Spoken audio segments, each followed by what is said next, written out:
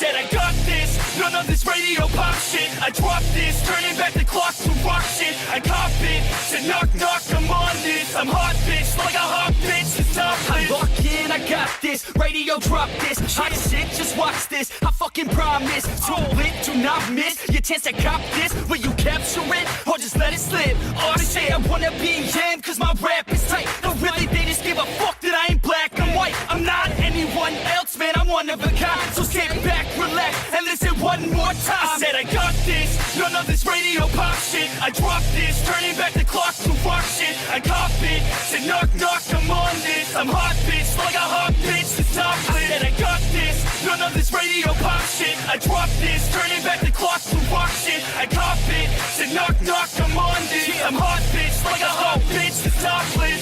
I love the girls that fuck with my music, getting referrals from the girls love to booze it, party and lose it. That's the life I'm choosing, not losing. That's my 2 cents, so use it. You know I'm back, as a matter of fact. I'm better than ever, never been better. I know that I wrote that. Sipping on some coke and no jack, could stare and bitch and take a pic. Kodak, I threaten the game, cause money and fame, they don't affect my brain. It's fucking all the same. I'm sick of hearing about these Insta names with Insta fame. Take a pic, sick, you're lame. A quick fix to shame. You lick dick for fame. A thick chick is slain. A chick picked too late. I think I've gone insane. I think I've lost my brain. And honestly, I'm a motherfucking novelty.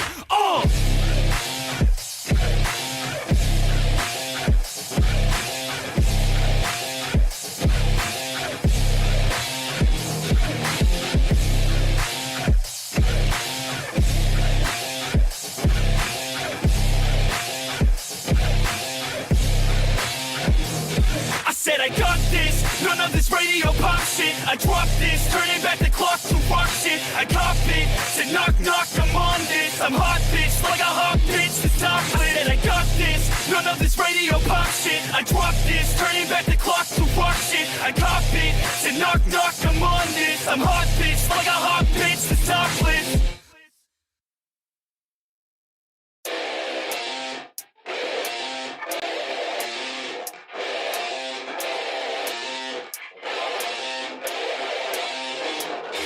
Said I got this, none of this radio pop shit. I dropped this, turning back the clock to rock shit. I cop it, said knock knock, I'm on this. I'm hot bitch, like a hot bitch, it's top lit. I lock in, I got this, radio drop this. Hot shit, just watch this, I fucking promise. Too lit, do not miss your chance to cop this. Will you capture it, or just let it slip? Or they say I wanna be him, cause my rap is tight. But really they just give a fuck that I ain't black, I'm white. I'm not anyone else, man, I'm one of a kind. So sit back, relax, and listen one more time. I said I got this, none of this radio pop shit. I dropped this, turning back the clock to rock shit. I cop it, said knock knock, I'm on this. I'm hot bitch, like a hot bitch, it's top lit. I said I got this, none of this radio pop shit. I dropped this, turning back the clock to rock shit. I cop it, said knock knock, I'm on this. I'm hot bitch, like a hot bitch, it's top lit. I love the girls that fuck with my music, getting referrals from the girls love to booze it, party and lose it. That's the life I'm choosing, not losing. That's my 2 cents, so use it. You know I'm back, as a matter of fact. I'm better than ever, never been better. I know that I wrote that. Sipping on some coke and no jack, could stare and bitch and take a pic. Kodak, I threaten the game, cause money and fame, they don't affect my brain. It's fucking all the same. I'm sick of hearing about these Insta names with Insta fame. Take a pic, sick, you're lame. A quick fix to shame. You lick dick for fame. A thick chick is slain. A chick picked too late. I think I've gone insane. I think I've lost my brain. And honestly, I'm a motherfucking novelty.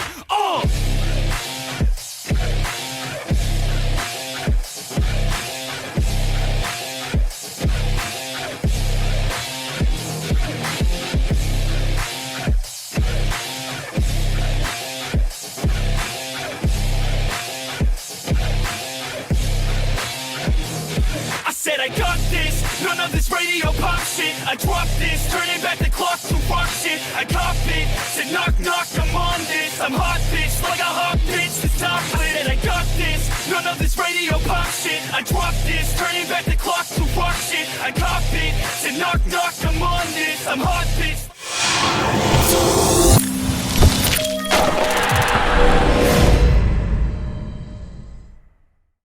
What What is up, everybody, and welcome to welcome to FPL Today, Extra Time Live, where we react to what happened in Game Week 10 and look forward to Game Week 11. We try and discuss everything that's going on in the Fantasy Premier League and football in general. Thank you, David Knight, for joining us. You're literally the only one here right now, but you know I am streaming in the middle of the day, so that could be an explanation for that. To be fair, notifications don't seem to be working either. Literally, everyone's been telling me I'm not getting notified anymore when you're live. All that stuff. I think I've got something in my teeth. Kings23 here as well. Slowly getting people. Now my face is here, you're all jumping in. I get it. When it was just the fancy graphic with the music that I need to change because I only listened to about 30 seconds of it. Now I've listened to it all. Yes, I probably need to change it because it has some not PG friendly words in it, but never mind. I still quite like it, but that's irrelevant. Yeah, we're going to get into this, if there's people here or not, because I don't know when else I'll get to stream today. So, let's get to... What's up, Armand? How are you doing? Let's get to chatting. So, there will be a video, my team points and performance, released at 4 o'clock. I will probably be off just before 4 o'clock, so you can all go straight to that video as well. Just fill your Monday up with JNO and FPL Today content. The Rooster Booster in the chat, thank you for joining. David Knight in the chat. Oh, David Knight's already been here, what am I talking about? Olanyan Babatunde. Babatunde. Nice. Yeah, my points of performance video will be up straight after this live stream ends. It's already scheduled. But just for those of you that want to know right now, if you're impatient, I've got 56 points, which, to be fair, having a look at my game week history, 56 points is the highest I've scored since game week 6. And it is my 1, 2, 3, 4...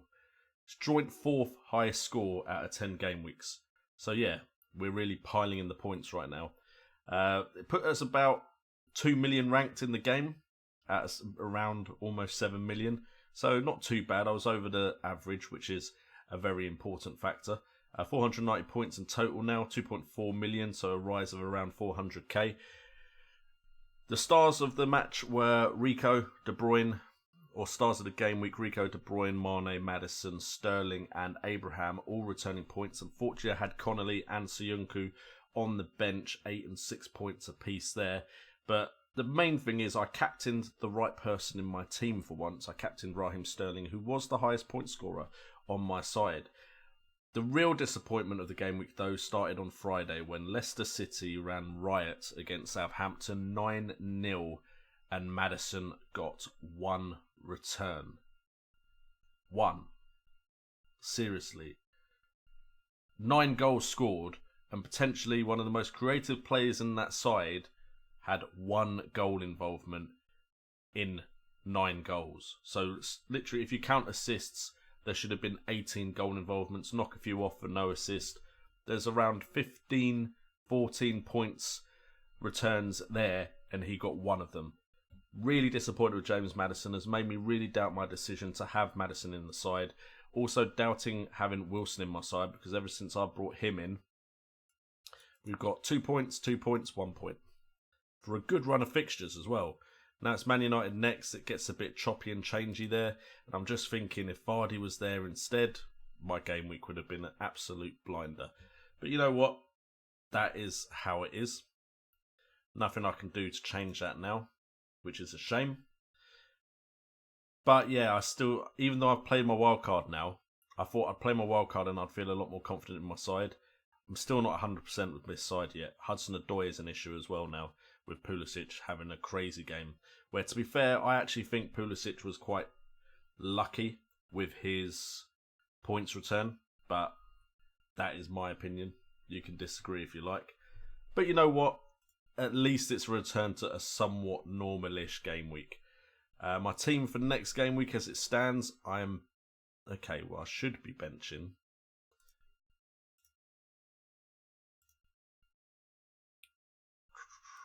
These lot, I believe. that is how I want it lined up. So we'll save that for now. So we'll be going with Pope in goal, Sionchu, Alexander-Arnold, Lundstrom, De Bruyne, Mane, Maddison, Hudson-Odoi, not Hudson, Sterling, Abraham and Connolly. I really like the look of Connolly. I think he's going to be trouble for defenders to deal with. He's playing Norwich. I fancy him at home against Norwich to do something. I'm hoping he's nailed on. It's a bit of a risk because he started in that game, started in this game, I believe. I'm assuming he started in that one, but I don't know for definite if he started against Villa. I'm hopeful. The issue is if he doesn't start, he does seem to be someone that does regularly get minutes. And I don't want him coming on for 6 minutes and getting a point return. So if I do change Wilson, and if I take a -4, and Vardy comes in, Vardy will be slotting in there. And that would be done by maybe downgrading Maddison to a different Leicester City midfielder. So that is the potential plans. And we will quickly just go over to Twitter, just to make sure you're aware of the polls. Asmoshi, at Asmoshi, Aubameyang, keep or sell? That is one of the poll questions. FPL Akin BE. Otamendi replacements. That's also a poll. I've picked some players there, but you can click other. If you don't agree, feel free to put in the chat who you think we should be going with instead. And let's get into the chat. As far as Otamendi replacements, I personally think Ben Chilwell is the best option. We'll have a look at that at some point. And also Aubameyang, keep or sell. I mean, I would have wanted him to have got some returns by now, if I was honest. If I'd brought him in. So I can understand the itchy feet when you've spent 11.1 million and now he's gone 3 games without a return when he was so consistent for 7 game weeks. So I can understand the itchy feet. But who's he got next? I don't think you get rid of him for Wolves at home. And he does have a nice run there. But the reason I haven't gone with Aubameyang is I'm just not sure about Arsenal, personally. They're a team that worry me. Right now, the teams that interest me, as far as players, Chelsea, Leicester, Man City, Liverpool, they're the obvious ones. I do like the look of some players at Aston Villa. I do like the look of some cheap options like Connolly, like Lundstrom. I have this weekend and this morning tweeted my thoughts on every single game that was played over the weekend. So if you want to check that out, go to @JNOFPL. And finally, I'm going to go to the chat. So apologies if you've been patiently waiting, as we do now have 32 people. Where were you all when I was sitting here watching my intro thinking, no one is going to join? I was really worried. Anyway, also, what is everyone drinking? Let me know in the chat. And let's have a look at what the chatter is.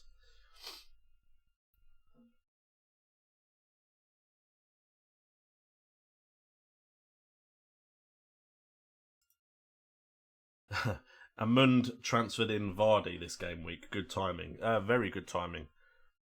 Should I take Aguero out by Darren O'Brien? That could be a good one to look at. Thomas McCarthy only got 90 points. Bad week. Richard S. Mane and Salah not firing. Is Firmino a good punt for the next 2 game weeks?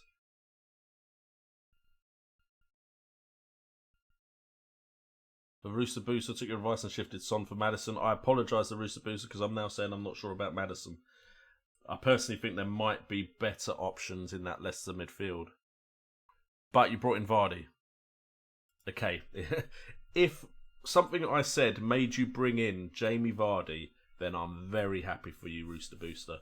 I'm glad you took my advice. Oh, chocolate milkshake. David Knight, you're making me jealous. I've got Tropical Crush fizzy drink. It would be alcohol, but it's daytime. And I've got to go do stuff after this stream and get the stream ready for the FPL Wildcats. We should be going around 8:40 to 9 o'clock, so feel free to join. Vincent about to break into the top 10k.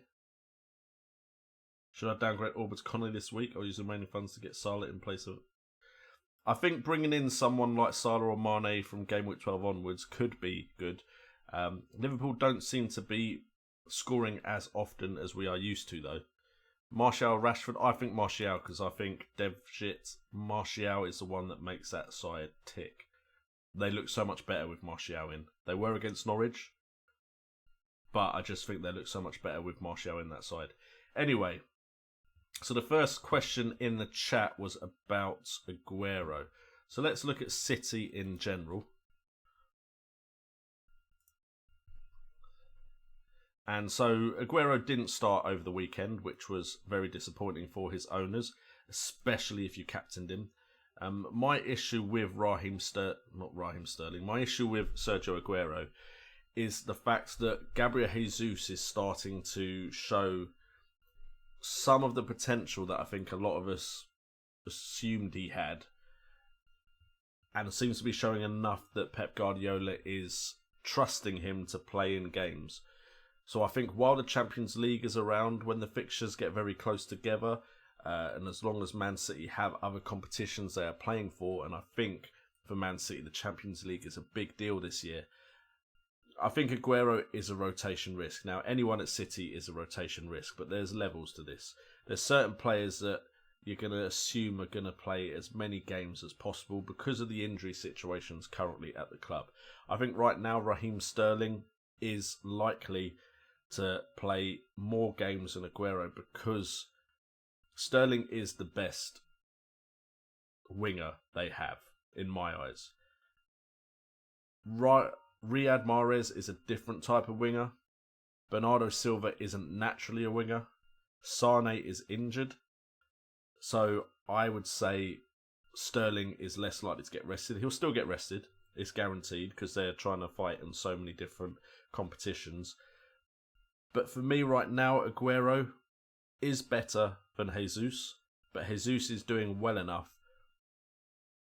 that I think they're not going to risk Aguero and running him into the ground. So for me, I prefer Sterling. I also like De Bruyne because I think Kevin De Bruyne just has that creativity that, don't get me wrong, that is a very creative midfield at Man City, but Kevin De Bruyne is head and shoulders, in my eyes, right now the best midfielder in the Premier League, especially for creating chances out of nowhere.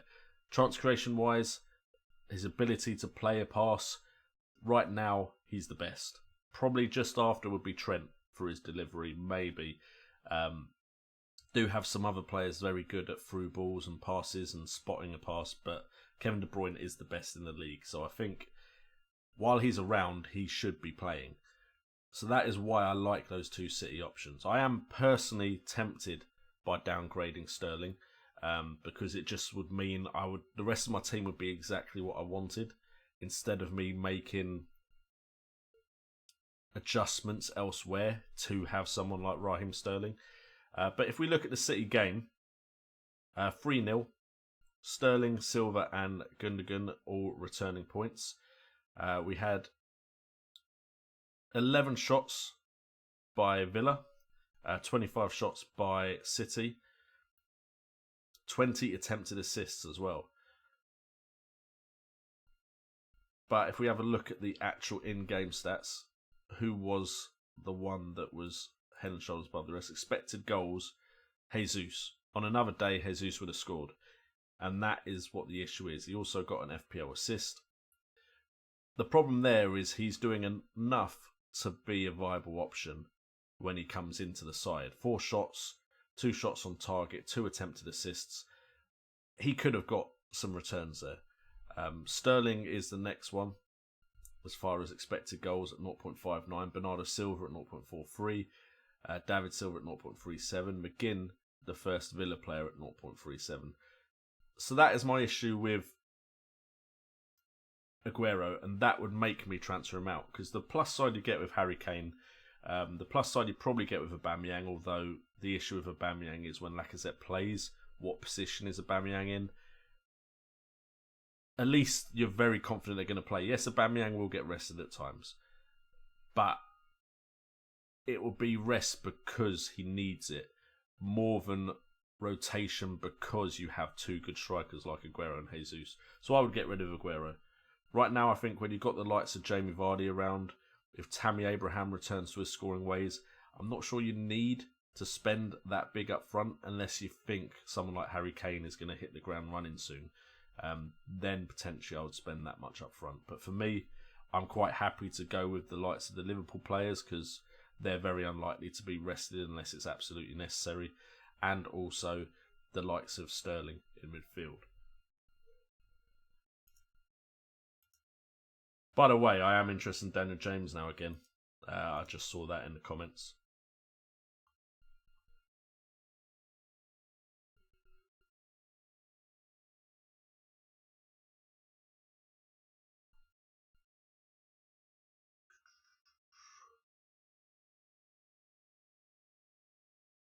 Okay, is Firmino a good punt because Mane and Salah aren't firing? Well, the game just gone, Mane and Salah were the ones that returned points with Henderson. Firmino didn't. In the game 2-1, Mohamed Salah getting the goal from a penalty that Sadio Mane won. 21 shots to Spurs 11. 16 attempted assists to Spurs' 8. What we can do here, because they all played, is if I click on them, we can see the types of chances they got. Now, that's the penalty. But you can see he also got some shots. Are these shots? Yes, they're all shots. 1, 2, 3, 4 shots from inside the box. 2 from just outside. Mane only had 2 shots. Now, to be fair, that one, I think Mane should have scored. It was a ball in by Alexander-Arnold, and I don't know, Mane seemed to be heading it in the wrong direction. I don't know if he just really miscalculated where the goal was or the way his body was shaped or something. But you also got attempted assists. I mean, neither of those look like dangerous areas to be assisting. Salah with only 1 attempted assist. If we compare Firmino to that, you've got 1 attempted assist and 4 shots. To be fair, they're not from bad areas. A 0.48 goal expectancy and a 0.26 goal expectancy. That isn't bad.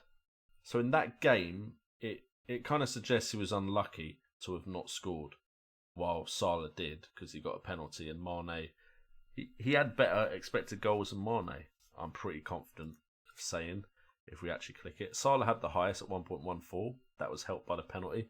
Firmino 0.81, Kane at 0.57, Son at 0.42, Henderson at 0.25, then it's Mane. So that's quite low for someone of Mane's price, when you can consider that Henderson and Son are also there as well as Firmino.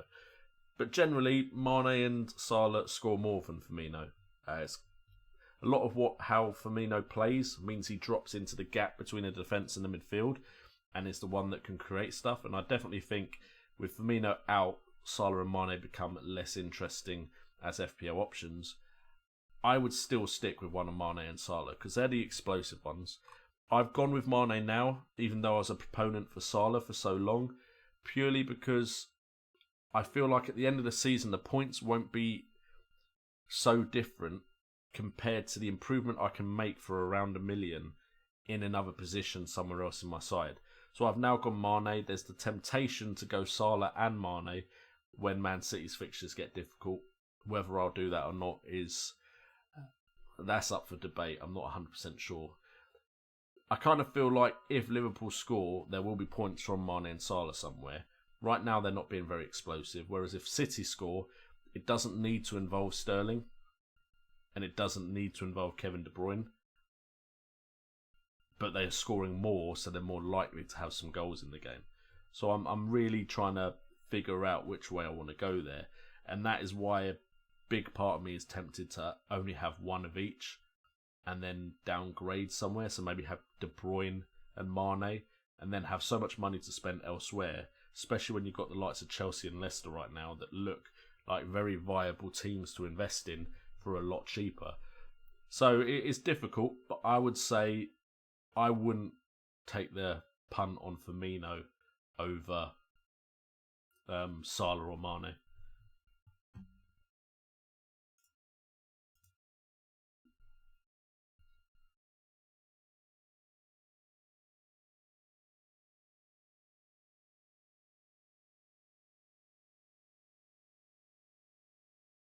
Mane Salah double up, I did discuss that. Martial Rashford. Again, we can do a comparison in the game that just happened. So I personally think Rashford looks a lot better with Martial on the pitch. I think there's an understanding building there between the two, also including James, and James is significantly cheaper.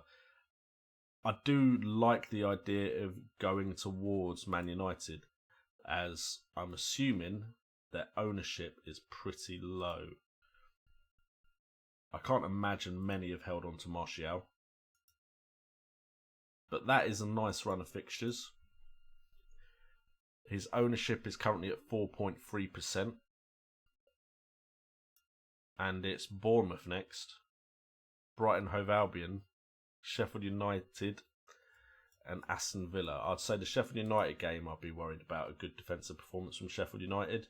Brighton Hove Albion do come to play football now, but that Bournemouth and Villa game, I can see goals in. Then it does get a bit difficult there. So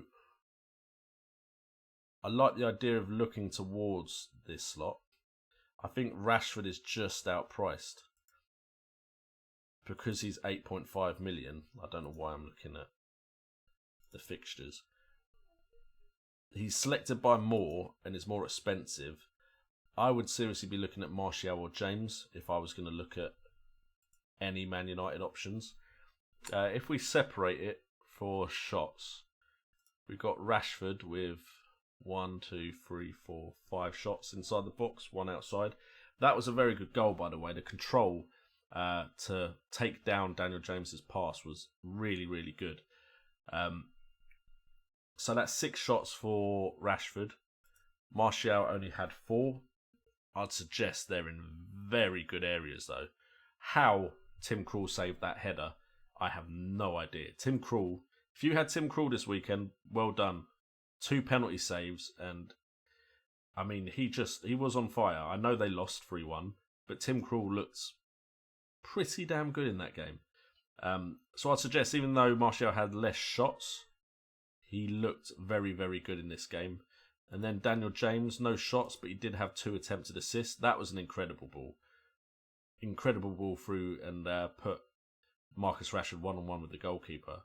And I do like James. I think he could be an incredibly important player for Man United, despite his age. If we go assists for Martial there, and we go to Rashford. Rashford actually had more assists attempted and more shots. But it's just that price point makes him that little bit more expensive. Martial had higher expected goals, probably because of the areas, despite taking less shots than Rashford. 2.21 to 1.58. Pookie at 0.53. I mean, Daniel James is nowhere. He didn't have a shot, did he? So of course he'll be nowhere to be seen.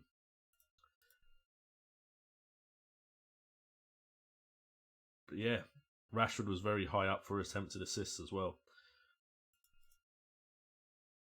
And Krul was just a bonus point magnet in that game. I would probably lean towards Martial because he's got both assists, he scores more points for goals, and he seems to be taking shots from very dangerous areas. So I would be very tempted by Martial.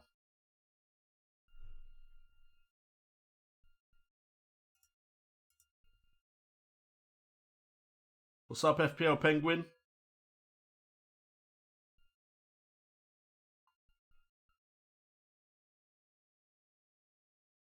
Could you compare Connolly with Mapau? I don't know how to say his name. I've watched games Brighton have played. I've heard the commentators say his name. I come sit down here and I have no idea how to say his name. So it's just Neil. So we want a comparison of Neil and Connolly.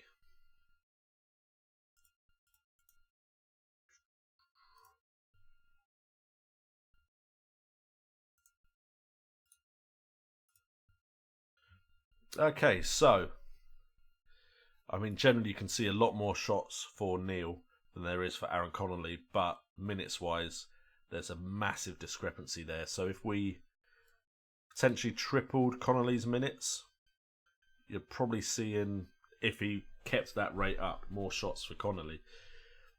A lot more passes as well, but again, if you triple the passes, Actually, if you triple the passes, he's nowhere near. Triple the attempted assists, again, he'd be at 9.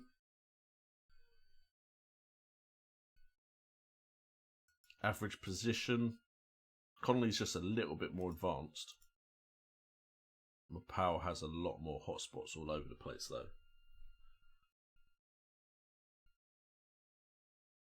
If we triple the touches, yeah, you're probably around the same again.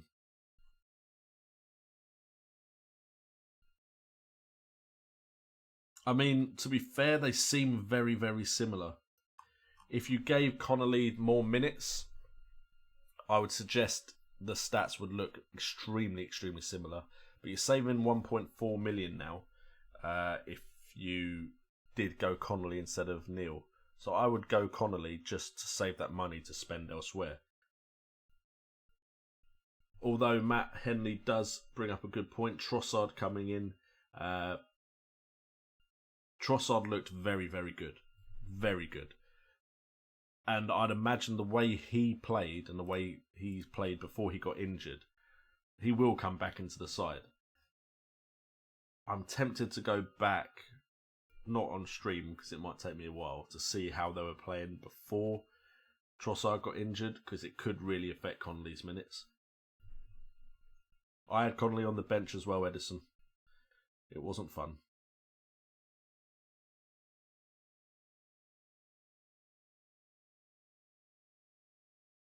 The Rooster Booster asks, is it worth bringing in another Sheffield United defender? I have kept checking that because I'm so tempted, but I've been burnt so many times. I've gone double defence and it has really not paid off. But it's usually with big teams that I've gone double defence. If we look at... I'm not sure it will necessarily show it if I go to the game, so it might be worth me going to my stats tables.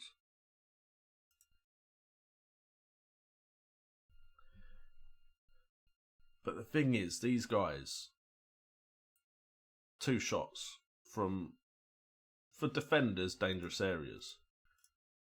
Lundstrom, again, 2 shots. O'Connell's got a shot inside the box. Stevens has a shot inside the box. Attempted assists. Stevens has an attempted assist. O'Connell has attempted assist. Lundstrom with an attempted assist. Oh, Bulldog with none. That's a surprise. But there's plenty of options in there.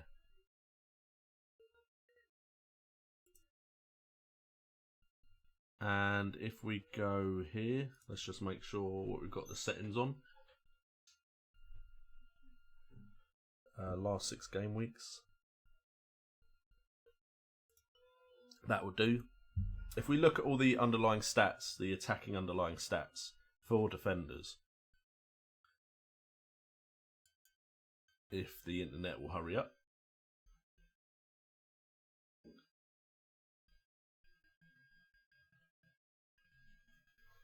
Bear with me, fellas.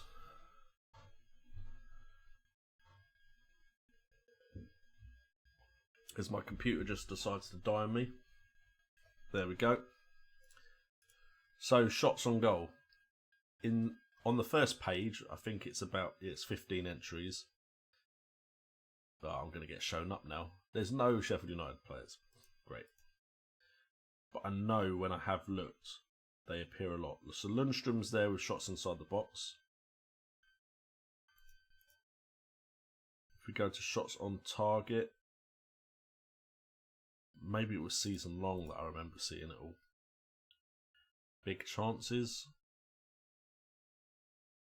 Okay, they're now not going to show up for anything, are they? Attempted assists. So Lundstrom's there, Stevens is there when you go to attempted assists.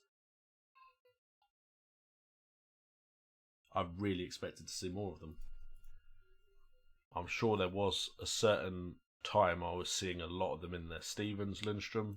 I wouldn't go for Stevens at 5 though.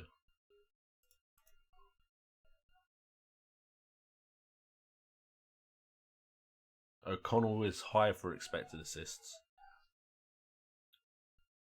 And I mean, you do have one of the best defences in the league right now. Although, to be fair, that's a whole team being very good at defending. and it could easily change. Maybe it was season long that they were showing up, or maybe it was the last 4 game weeks. To be honest, they have had some tough opposition as well, though. Either way, it's one of those risks that I believe could very well pay off. I just don't think I could bring myself to do it. But if you do it and it works, let me know. It'd be an opportunity missed. But I've doubled up and it just hasn't worked.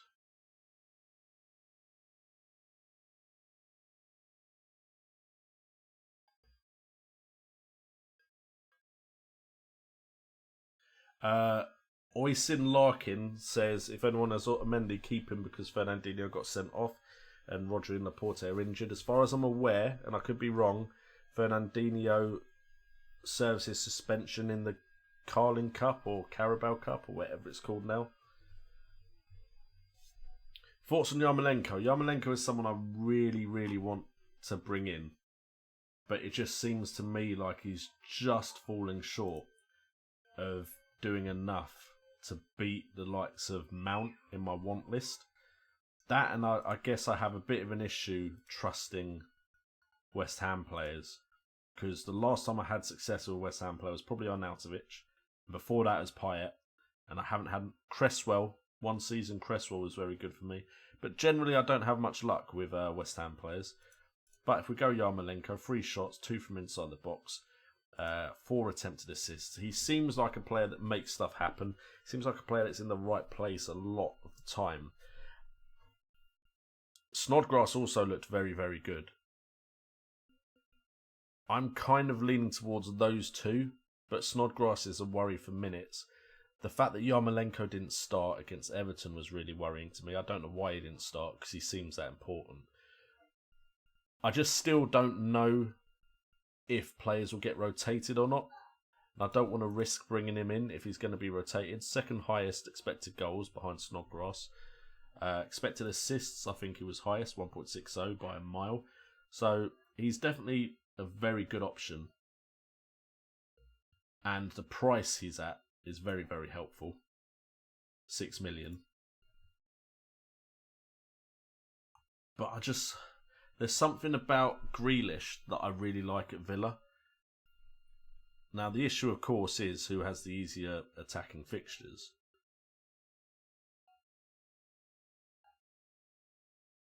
There we go, fixture analyzer. So, for me,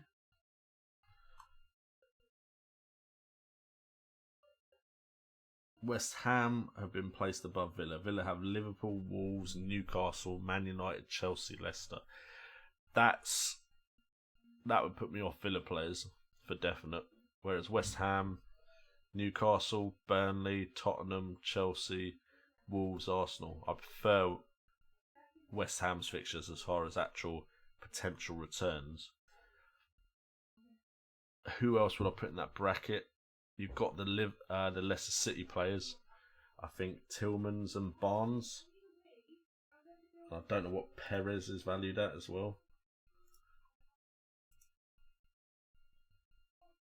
Tillmans is a bit expensive. Perez is the same price. Barnes is the same price. I would argue that Barnes would be a good punt. Perez all depends on if it was he just scored 3 goals because he was in a team that were going to romp home to a 9-0 victory anyway, or if Perez has actually started settling in at Leicester, which would be very interesting to know. I wish I could see the future. But apart from those kind of players and the Chelsea midfielders, if you could figure out who was going to start over the next bunch of fixtures, with Watford, Crystal Palace, West Ham, Aston Villa, Everton, with Man City shoved in there in the middle, I'd say Chelsea and Leicester players are better options than Yarmolenko in that price bracket. I would probably go Barnes. I don't know what Barnes is like for minutes though. 71, 78, 45, 57. So he's not bad for minutes. I know is it Dennis Prayat? who's been getting a few minutes as well. And then I'm assuming Perez was dropped for a bit.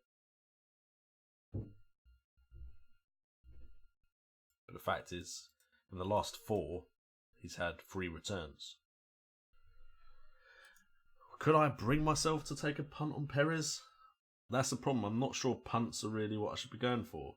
If they pay off, it's exactly what I need. If they don't pay off, then I'm not exactly in a situation where if I fail, it's very good for my rank. But yeah, I like Yarmolenko though. If you are set on Yarmolenko, Dynamite Dons, I would definitely bring him in.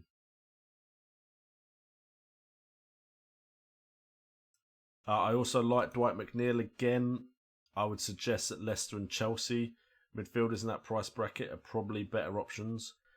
I think you have some fixtures there that they might struggle with. But Burnley seem to like to score no matter who their opponents are. So I'm not against Dwight McNeil either.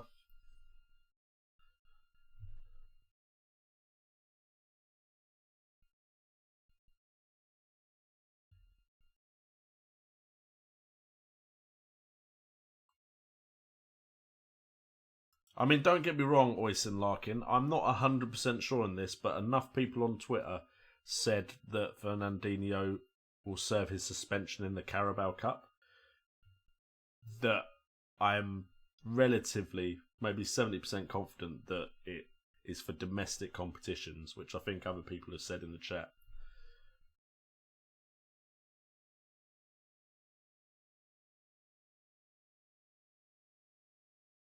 I mean, I would still take Otamendi out no matter what.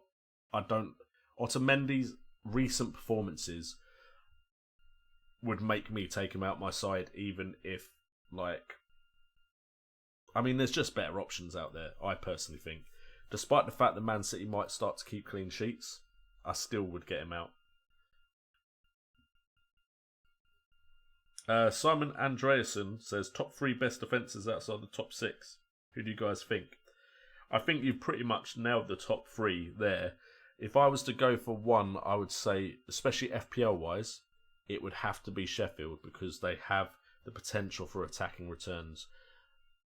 When you look at Palace, Van Aanholt definitely has potential for attacking returns. When you look at Newcastle, Shah is known for a goal or 2. Lascelles likes a header. But I'd argue that Sheffield have 3 or 4 defenders that could get you attacking returns. And their whole team defends, which I think is a big factor in the fact I think they could keep more clean sheets. The fact is, they've managed to keep clean sheet against Arsenal and almost kept Liverpool out. So I definitely like Sheffield United's defence.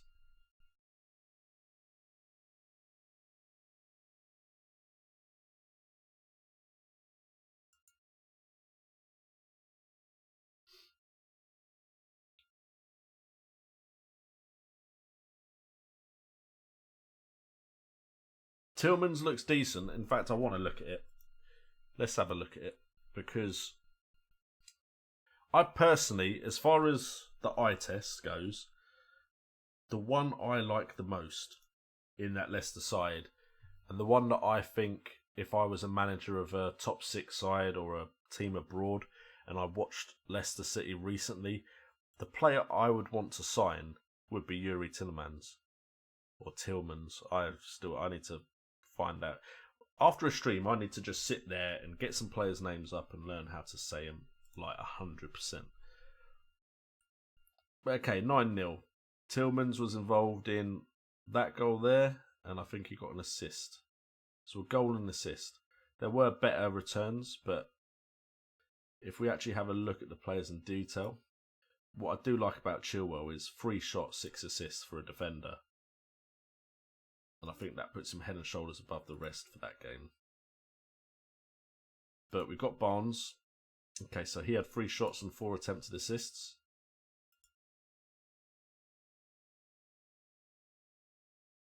That was his best chance then, 0.11.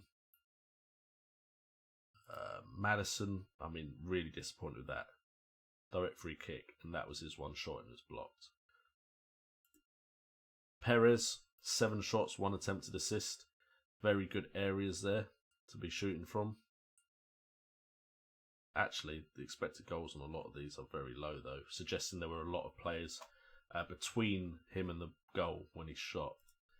Tillman's again, only 2 shots. 3 attempted assists. And then we've got Vardy, of course, no attempted assists, but 5 shots. Scored 3 goals from him.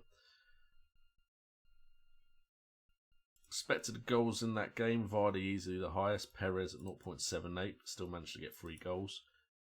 Evans' high expected goal rate. Chilwell, then Tillman's was above Maddison. And that suggests he was above Barnes as well. Where's Barnes? Barnes there, 0.17 expected goals. So he had better chances. Expected assists, Barnes is a lot higher though. And then if we have a look at minutes, apologies for that. Tillman's is pretty much nailed on. Barnes looks like he's started since game week 6, but is more likely to get subbed off. And then if we just have a look at actual returns, 9-11. That's not exactly what I meant to say, but you know what I mean. 11 points and 9 points. 4 points, so 3 returns in 4. And then 2 returns in 4, but he did have 12 points in that Bournemouth game as well. He is capable of a goal and assist game. But the price difference as well, 6.5, 5.9. I suppose it all depends. If you really want Vardy, potentially Barnes is the one to go for just because of price, or Perez. What are Perez's minutes looking like? It looks like Perez may be the one that's rotated for tough fixtures, potentially, seeing as he only played 17 minutes against Liverpool. I mean, Tillman's is a safe bet, but I don't know what it is about Barnes, because I took the risk on Barnes last season and it didn't pay off. I do like Barnes. Something about the way he plays interests me a lot. So Barnes is one I'm definitely considering, but Tillman's would be the safer option.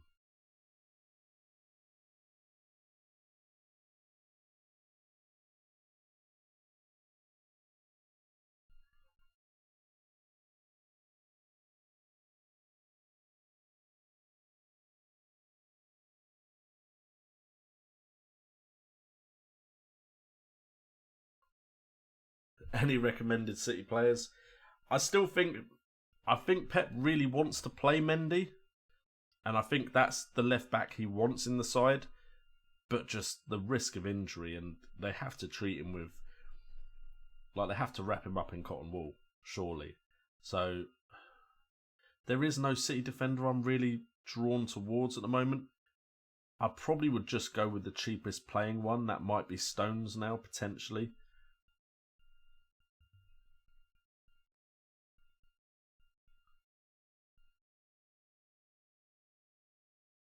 I kind of look like Tillman's. You know what? Looking like Tillman's, I'll take it, because it's usually Troy Deeney I get.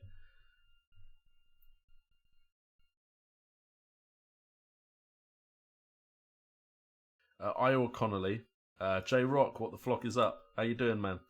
I will do that comparison, but I personally would go Connolly, just because when you're getting down there, you're picking a cheap striker, so you've got money elsewhere. Connolly's 0.5 million cheaper, probably a little bit more than that.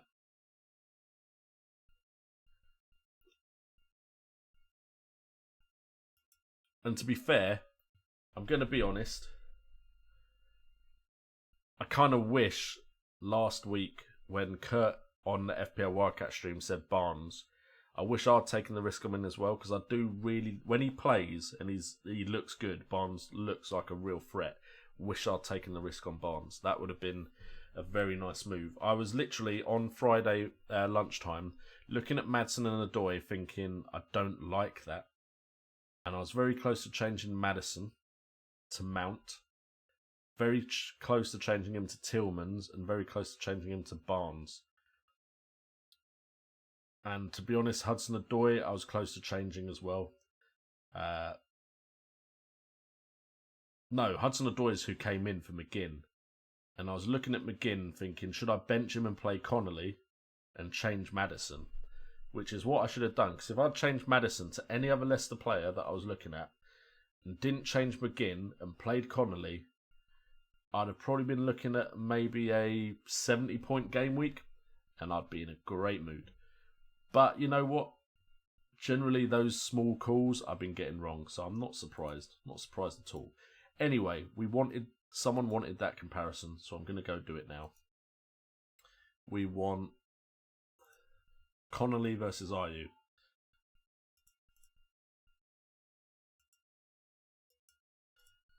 Help if I click the right options. So we've got... Is Ayew on the first page? He must be. Yeah, he is. And then Connolly should be on the second page. Almost on the first page. Okay, again, like it's just those minutes. Those minutes compared to those points is pretty good.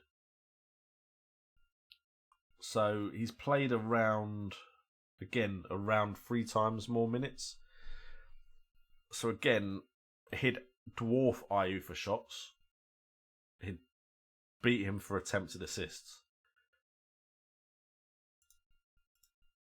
Heat map wise, Ayew was a lot more all over the place. Expected goals, again, if we tripled that, it would dwarf. I think the thing with Ayew is he plays for Palace, and I don't always look at Palace as the most attacking side. It does really depend on how Zaha, Townsend are playing for me. Don't get me wrong, Palace aren't a bad side. I don't know what it is. There's something about Ayew I just can't bring myself to. And when he scored, I was thinking, oh, there's Ayew again. But if I'm going to be going down to that kind of cheap striker anyway, I might as well go to the 4.5. And I'm more excited by Brighton Hove Albion and their potential. Of course, there is, which was already mentioned in the chat, the issue with Trossard. So that is a bit of a fear of mine. I think I'd still go Connolly. But that is just a gut feeling. That's not... The stats are not against Ayew, so I wouldn't be against Ayew.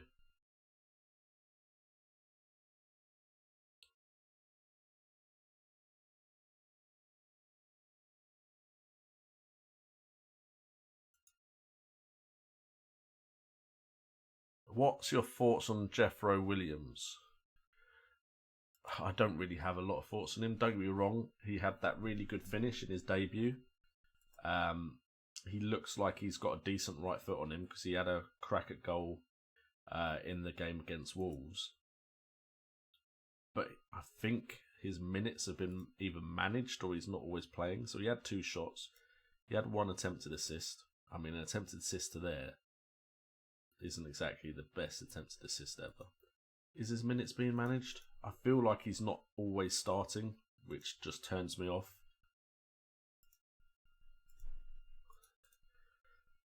Okay, so we started the last 3. Sorry, apologies, I got up very early with the kids. Didn't play against Leicester, but then he did start those 3, so I'm assuming there was some sort of issue there. So he looks like a starter. I wouldn't be against Jethro Williams at 4.5.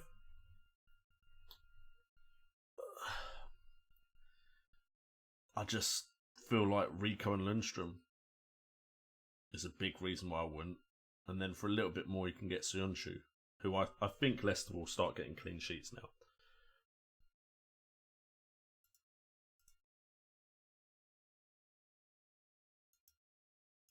That's the thing. As soon as you start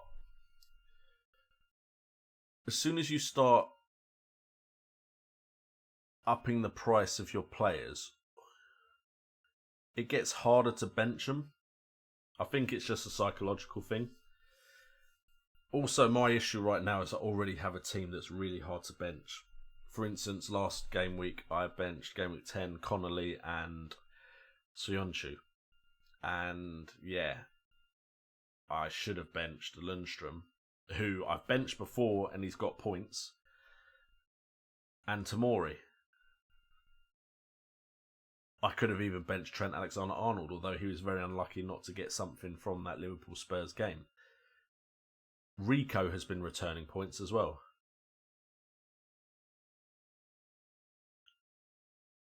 So for me, Connolly is now also a headache.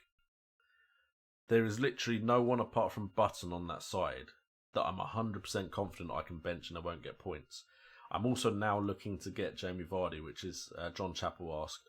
Probably for Callum Wilson and then Maddison downgrade to another Leicester City player.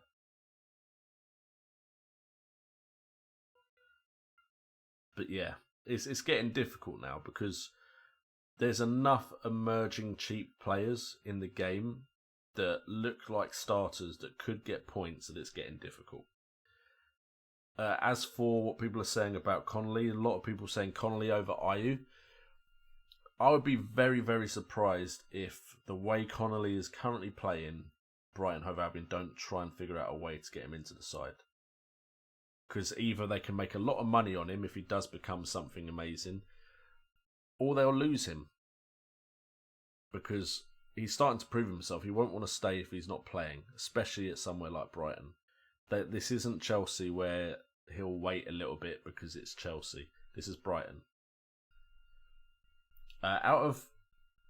We got Tilt IB. Who would be the best Otamendi replacement, Maguire or Cancelo? I would go, because I fear about Cancelo's game time, Maguire. Maguire's nailed on. Man United's defence isn't that bad. I mean, there is still fears over Man United as a side, but I would suggest that with Maguire and Wan-Bissaka, there is the potential for clean sheets there still.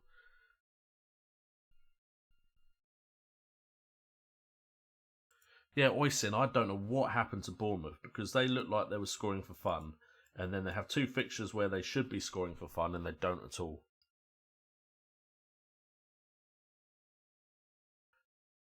Okay, this is where I may anger some people, but I can't say your name, so apologies. Watch for Pulisic for the coming weeks. I choose him to armband this week, Gameweek 11, not for his hat-trick, but places are changing at Chelsea. Now, don't get me wrong. There was definitely merit to Pulisic's performance. And I've not looked at this, so I could be proven 100% wrong by the stats. But my opinion, having watched, I didn't watch the game because I was at work, match of the day, is that all three of his goals were fortunate. Now, the first goal, he shot through 3 Burnley defenders. If that had hit any of those defenders in a certain way, it would have gone wide, it would have gone back out, the keeper may have got in the way, it may have hit the post, whatever. It might not have gone in if it hit any of those players. His second one took a deflection. His third one was a header off of the back of his head. Now, if he meant that, it was great adjustment on the fly to score that third goal with his head. But it was off the back of his head.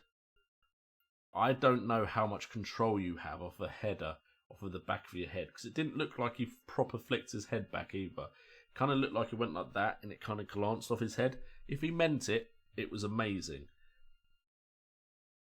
He hasn't done enough for me to see him do something like that and go, yeah, he definitely meant that. If it was a player that had been dominating in the air, scoring headers all over the place, improvising loads and loads to make things happen in games, potentially I'd have gone, okay, I'll give him the benefit of the doubt. I think he meant to do that.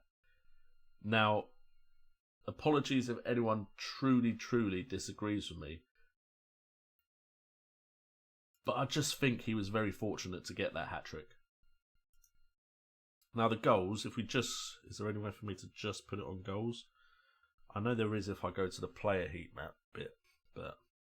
So expected goals for the header, 0.13. Expected goals for his second goal, 0.12. 0.08 for his first goal off of his left foot. In the game,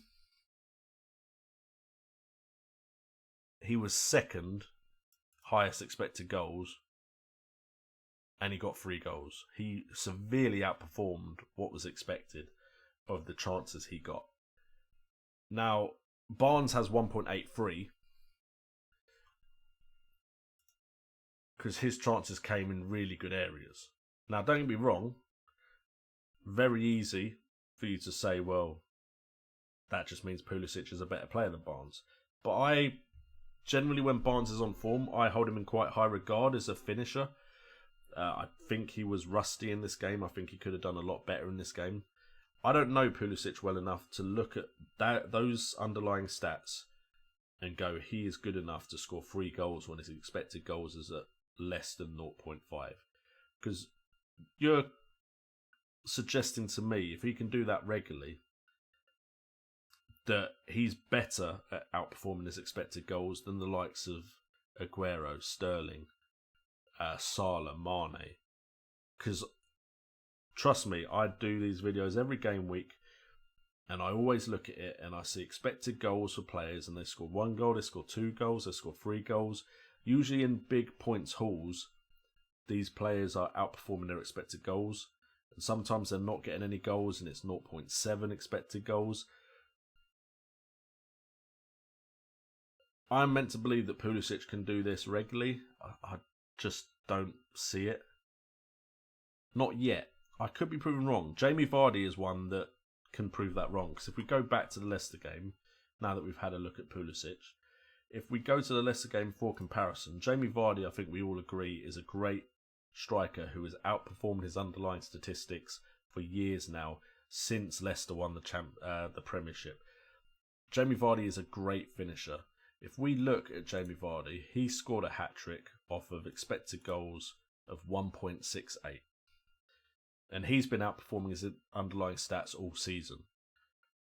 Do I put him in the same sort of category when he had a lot lower expected goals than Vardy did, as a player who can get a hat-trick from those chances regularly?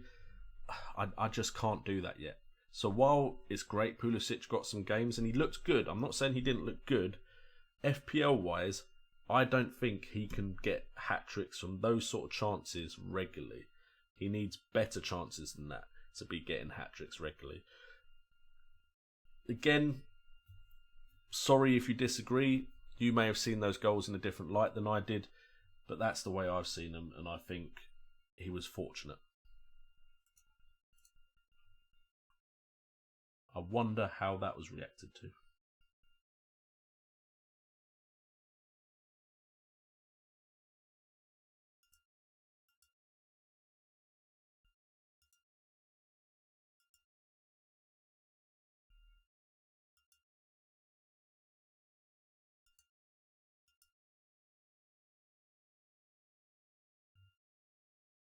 So don't get me wrong, I do mention it a lot because I like to know how players generally are performing versus their expected goals, because that gives me an idea how good they are at actually scoring.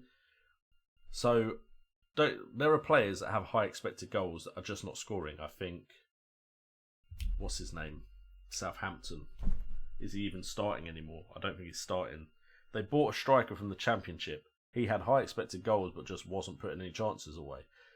The way I use expected goals is to compare that to how many goals they're actually scoring, and that way you can figure out how good they actually are at returning points.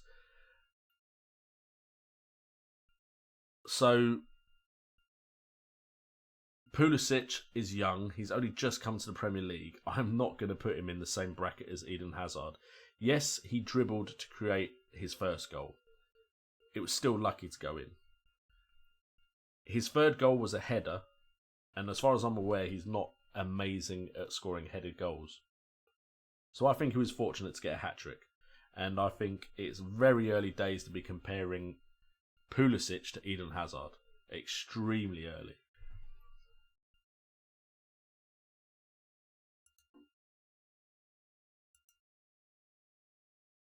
John Chappell. Why not go for Ryan? Ryan can concede 2 and still walk away with 4 points.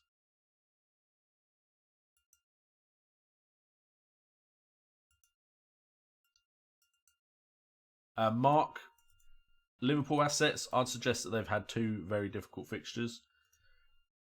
The next fixtures, Aston Villa next, then City, but after that, they could step their game up. By the way, if you didn't know, Gameweek 18, they have a blank. I would say you want to have them for this period here. If they then don't perform here, then that's where you can start considering that you don't need them. They're too much for not enough reward. Shea Adams is the one, yes. Shea Adams had great expected goals, but was pants. Oh, we got Elite FPL Stevo in the chat. If I was taking out Van Dijk for someone cheaper, it would probably be Ricardo Pereira, Ben Chilwell, maybe Mendy would be one I'd go for.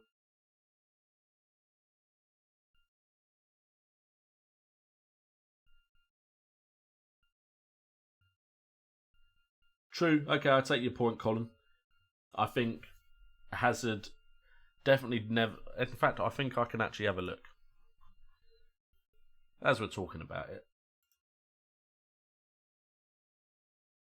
But yeah, sorry, Van Dijk I would replace with Chilwell, Pereira. Maybe take a punt on Mendy or Alonso as well, because you can.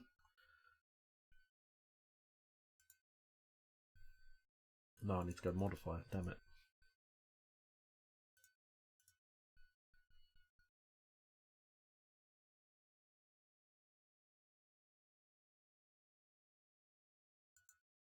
As for Wolves' assets, Dynamite Dons, I wouldn't look at any really. Doherty and Traore look good on the right together. Jimenez, of course, has the pedigree where you could take him into consideration. But yeah, I'm still not enthralled by Wolves at all.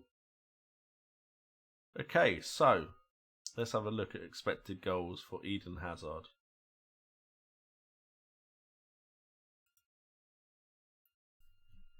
Don't get me wrong, there's nothing wrong with you seeing it in different light to me. Some people will look at those goals and think, well done to him. I just look at those goals and think he got lucky.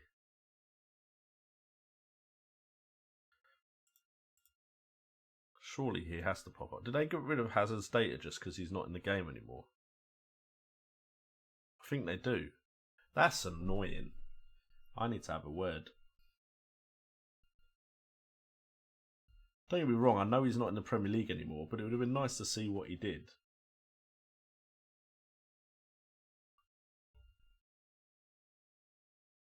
That is very annoying. He's definitely a midfielder as well. Oh well, I can't check. That's annoying. Anyway, let's wrap this up with the last few questions because I do have a video coming out in 7 minutes if you want to watch it. Steve-O wants to know how I'm going to turn my season around. I'm already turning it around. I've risen 400k. The turnaround's already here. I think a big thing is me going with my initial thoughts. Right now, if I look at my side, the way I want to change it is I want Wilson out, I want Maddison out, I want Hudson-Odoi out. I'm not amazingly bothered by these two anymore, Sterling and Mane. I think Alexander-Arnold stays just because he's creating so many chances. There has to be goals coming from them eventually. So I want Vardy, because I think it was stupid for me to have played my wild card, and I'll admit that, without bringing Vardy in with those fixtures. And I've missed a mega haul from him. I would like that Hudson-Odoi to become a Mount. I am tempted by other players. Aston Villa's fixtures aren't good enough for me to really go there. But I do like Grealish. I like Yarmolenko. The issue I have with Mount now is it's almost like everyone's on him. So how much ground will I actually make by bringing him in? The fact that Pulisic is more expensive means I'm not interested by Pulisic over Mount at all. And that, of course, leaves me 5 million, which isn't enough, really.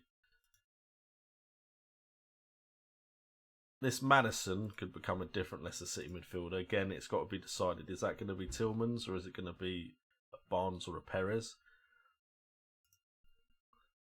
4.5% still have Perez. 0.6 have Barnes. So if Barnes came in, I'd have 6 million here, which would then lead me towards Yarmolenko's because I can't afford. So it could be Yarmolenko. it could be Daniel James, although I just miss out on Daniel James, which is unfortunate. If I go to Tillmans again, that leaves me having to drop below the kind of players I want in that slot there.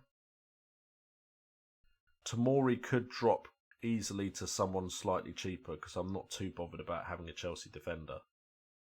Because I'm going to put more faith in Lindstrom. Maybe not Rico yet, because I'm still not 100% sure about their defence. I love how Bournemouth decide to be good defensively for 2 games after I've been yakking on about not bringing in Bournemouth defenders. But yeah, that's probably what I'd end up doing. And then Vardy and Abraham would be our front 2. That's my main 3-man midfield there. And then it's these 2 slots here that are the ones I need to think about. And a lot of that is to get Vardy in. But the thing is, Callum Wilson will definitely score points. As soon as I take him out, he will score points. Auber is just in a price bracket I don't want him.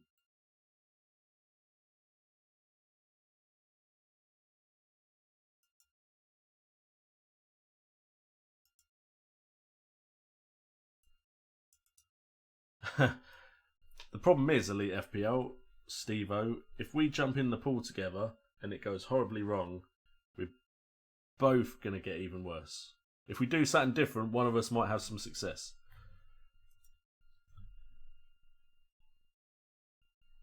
We've got Oysin thinking of transferring Vardy for Aguero, Chilwell for Sionku.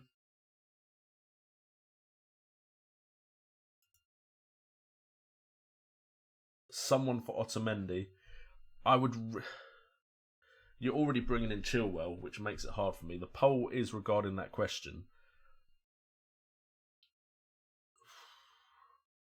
In that price bracket, the best looking 2 are both Leicester players. If you had the money to go up, I'd maybe consider Mendy. I'd maybe consider... It's probably just Mendy. And someone for Douglas Luiz. If Douglas Luiz is cheap though, I don't know how much you can upgrade Douglas Luiz by, which would really affect who I picked. Who are the best options to replace Pope? Ryan. Because Ryan can get points even if he concedes 2. Or Tim Krul, because he might have a field day saving penalties. Anyway guys, I am going to have to call it there because literally my video is out in 2 minutes and I don't want to be streaming when my video is released because that's a conflict of interest for me. But it has been an absolute pleasure talking to you guys. So thank you so much for joining the stream. Thank you for all the questions. Hopefully I've helped a bunch of you out. I hopefully will be able to live stream again at some point this week and get more videos out for you guys. And hopefully notifications just start working because they haven't been. Please feel free to check out all the links in the description down below and feel free to hit that like button, hit that subscribe button and that notification bell. And if you're watching this on repeat, don't forget to vote in the polls. We'll probably look at the polls from this in the next stream I do, hopefully. I'm trying to put that in there so I commit to doing another stream this week. I've been JNO, this has been FPL Today, and remember, it's all about the game.